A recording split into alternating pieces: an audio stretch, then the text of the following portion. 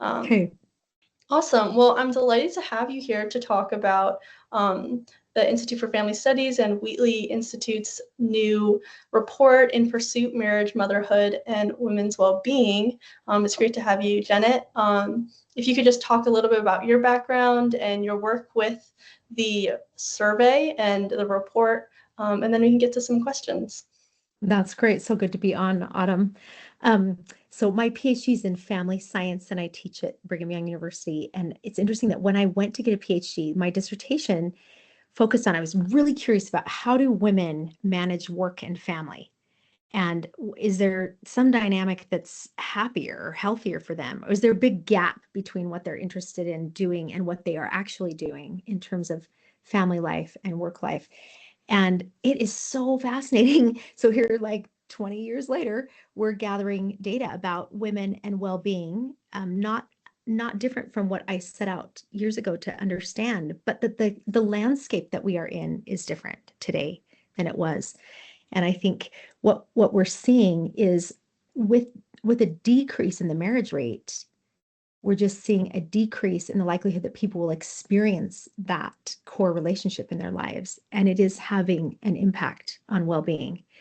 In the midst of narratives that would say that marriage and children are a transition of loss for women, there's kind of that cultural narrative that this is to choose giving up freedom. This is to choose giving up identity and purposefulness and meaning in your life because you are, just a mother or just married mother. And I think it's time, we've needed to just understand the realities that as we find in this study, it's linked to increased likelihood of happiness and well-being. So I teach at a university where I study women and well-being and teach about that. And that's been an interest for a long time. So it was great to do this study. Awesome, great. So, like you said, the new study is on relationships, physical touch, and especially women's emotional well-being. Could you talk about some of the key findings of the report, and how do you feel like this survey breaks new methodological grounds? Yeah, thank you. The findings, so we had a sample of 3,000 women up to like 18, 20 to 55, basically. And so it captures that segment of the population in the United States.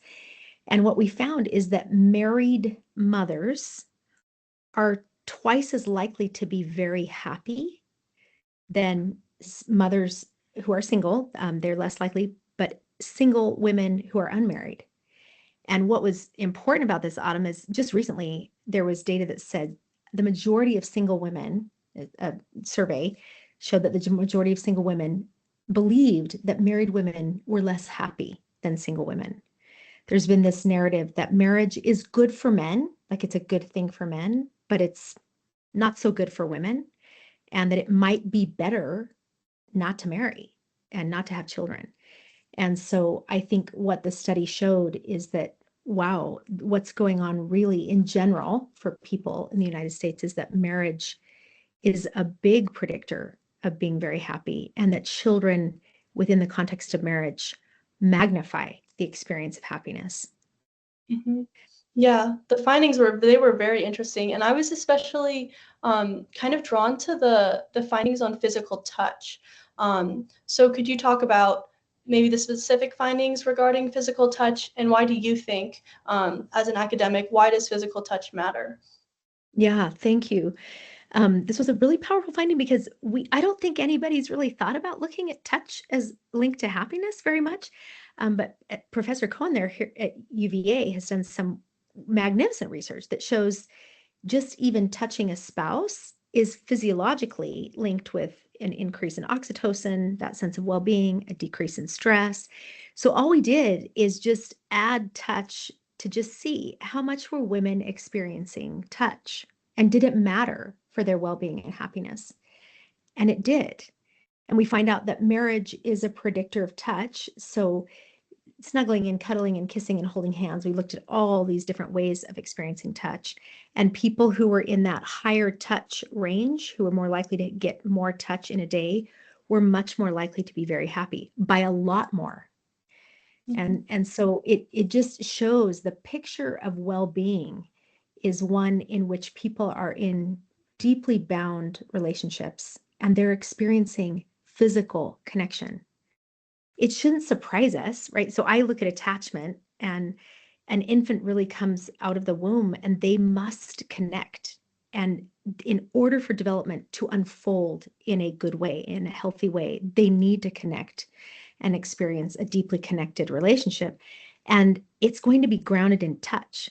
So we know that a mother who's holding a baby and is experiencing oxytocin and prolactin, these hormones that give a sense of physiological well-being as well as connection, that the same thing's happening in that baby. And so from the beginning of life, like we are embodied beings who experience life through touch, and healthy touch is fundamental to our development. And I think that doesn't end in infancy. It's like it's across the lifespan.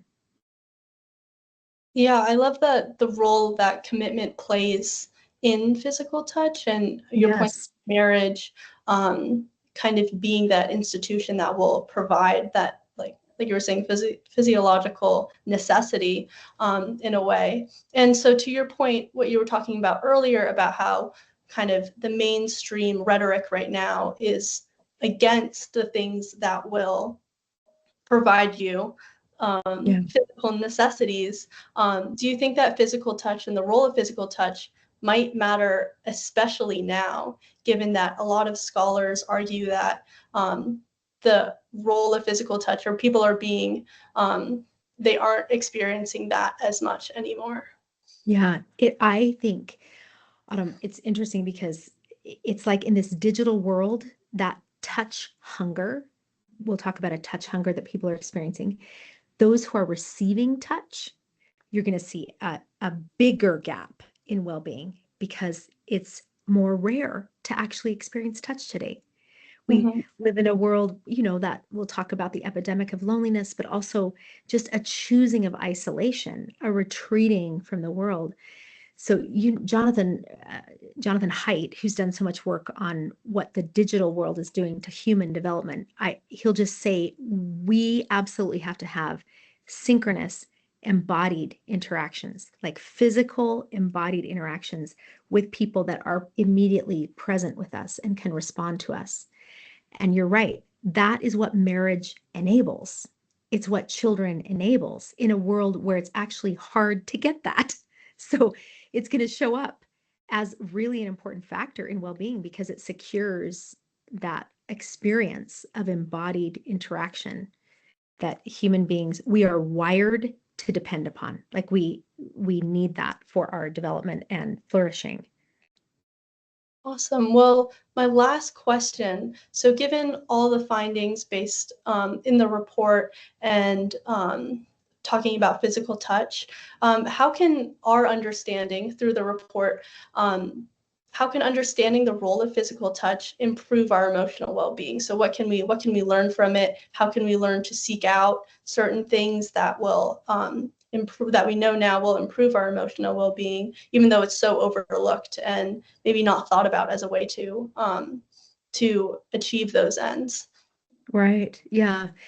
I think what it does is it tells us that from the beginning of life, we need to protect the experience of children growing up in nurturing environments where there is physical touch, but not just there, that across development at a time when adolescents and our boys especially withdrawing from the world, girls connecting through social media that does not enable that. Like we have to unplug and connect with real FaceTime. And that means I think in classrooms, at home for sure, and then in the dating world, right, that ability to have touch that is not always sexual. Right, what I think family life protects and honors is that human beings develop within nourishing environments where it's not a sexual experience all the time, but is healthy engagement, and that physical touch is important there. And I don't think it happens outside of those deeply bonded relationships. That's what we're seeing, right? So we're seeing an increase in sexlessness, and we're seeing a drop in sex, of course, among couples who are not married, but also couples who are married. And I think what that communicates to us is we're losing track of how important it is to hold hands, to hug, to feel.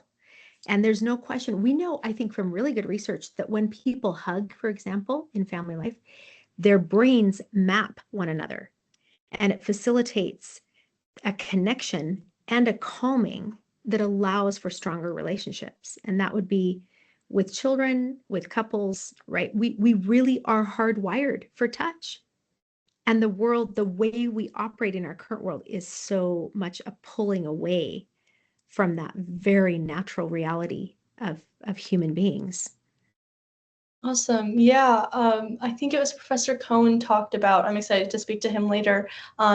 He said in a TED talk he gave a few years ago that as our role of interdependence grows with one Mhm. another, like we begin to outsource neural processing to each Ah, other's brains. So it's just incredible to learn how we as humans are hardwired, yes. seek out and to need that physical um, relationship with one another. Yeah. Yeah, Oh, yeah. I love his work and his insights. It would be so wonderful to talk to him. You just think, and to connect it. It was so powerful to connect it with women and well-being in this study, to take that strong physiological research and tie it really into just a metric of well-being and happiness and that they are related. Yeah.